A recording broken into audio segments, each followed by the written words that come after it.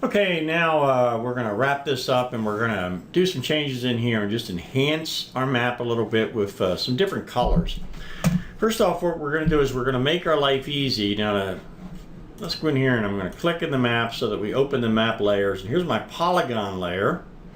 And I'll pull this on down so that I can look at the polygon color rule.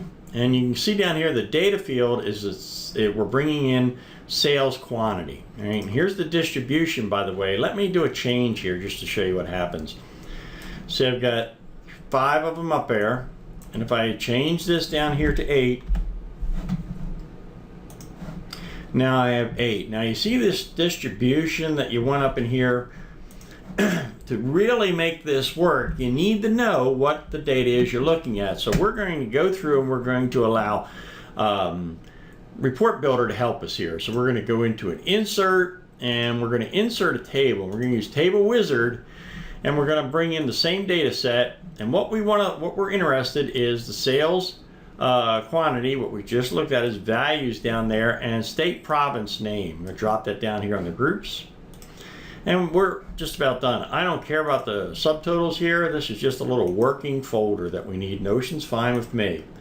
We'll finish out. Let's move it so we can get it over to where I can see it. All right. And let's change the display a little so it's a little friendlier. So I'm going to come in here and I'm going to go into text box properties and I'm going to change that number over here to a number. And I want to show values in thousands. And I don't want any zeros in there like this. Okay. And we don't need all that. Oops.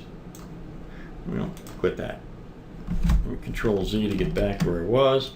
And let's select it and resize it. We don't need all that.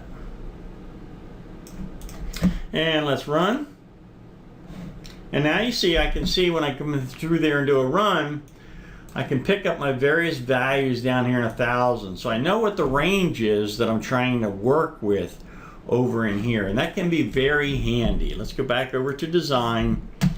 And let's go into this properties up in here. And this is Polygon Layer 1. And if I come down here like this, I can go into my Polygon Color Rules. I visualize data by using color ranges, which is fine. I could do a custom color, custom palette, blah, blah, blah, blah, blah. And now I can see this is all expressionable. So I can change my colors or I could change an expression. So then if I did that, that could be dynamic. Here's your distribution, which I was in there. And so what we're going to do is I'm going to exit out of that. I'm going to run again so I can pick up a distribution.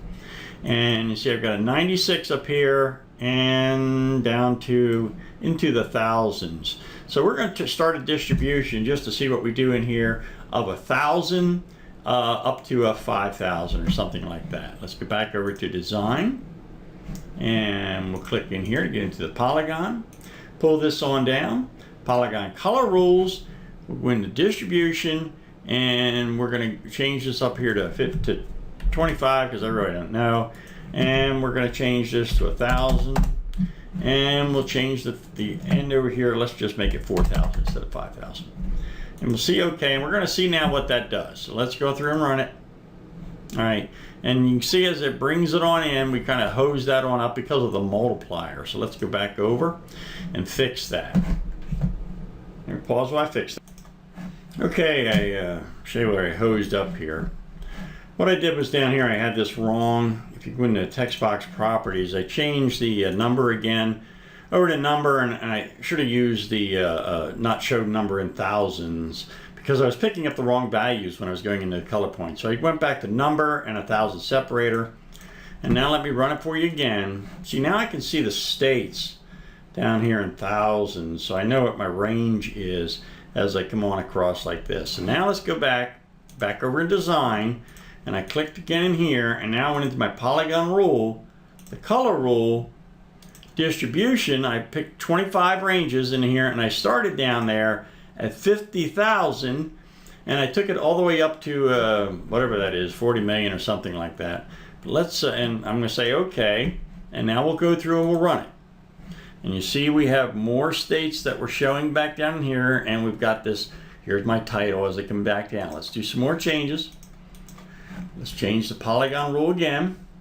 Change the polygon color rule for the distribution.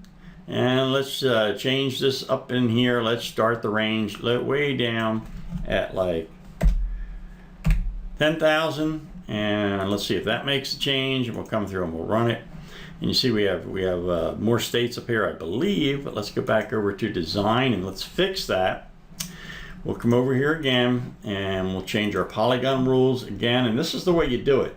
You look at your data and you come through and you change your rules just to see what it is you're coming through and trying. So my distribution, the number of category sub ranges I have, and this time I'm going to pop it on in. Let's just go to less. We'll go with 10. And we'll start in here at 1,000 all the way on up, just to plot line in and see what that effect is. And now you see we've got a different, and notice the color code change in here. So that's what you do. You go back and forth on these different maps to see what kind of a display you want. Once you have that down, then you can get a little better over here and come on in and you can come through and you can take your polygon rules, color rules like this, and you can come through because you see they're expressionable. So you could come through and you can change an expression down here, and such as your start color is red, you can come through and you can add an expression down there so that it would be dynamic. Right? Again, there's your distribution. All of these are expressionable. So down here you can come through and you can set a minimum, here's your bucket count. Set a minimum bucket count down here and come through, and based on the incoming information you can change all that. And then here's your legend. All right, so we've got that. Okay, let's see. I can also come through and I can do things like I can delete. Here I've selected, I think, Wisconsin, and I can delete that polygon on out of it. Of course, I deleted that because you know, we really don't want Green Bay to beat Dallas in the playoffs. So now we've gone and yeah, we've jettisoned them. That'll teach you. So we can come through and we can delete this different information that we really don't want, you know, to make your map make more sense in here. Perhaps this makes more sense than what you were doing as far as if you only have sales in certain territories, right? I personally don't think it does, but you can come through and do that. Let's look at one other thing. Okay, for clarity, I went through and I made some changes. I changed it back to a 5 down here, and I got rid of my little table, and I changed my distribution to the default. And if I run it, you've got this in here. Now what I did that because here's what I want to show you.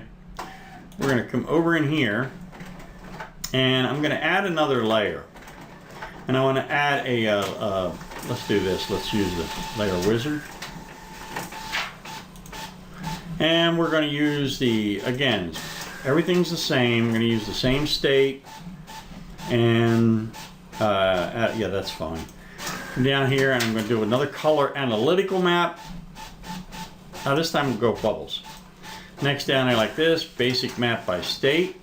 Yep, that's my embedded data set. And we'll again align the map, this layer up here, over to the state name.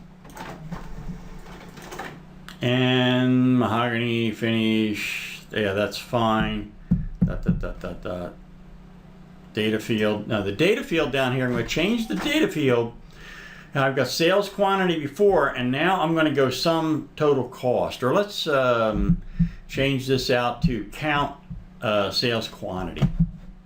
And we'll finish down here, and I'm going to run it. Down here, and you see the bubbles. I know they're hard to see. Let's come on back over and change this up some so that you can see it. I can down here like this, and what I'm going to do is I'll go into, no we won't. We'll select in here, and here's my different data layer.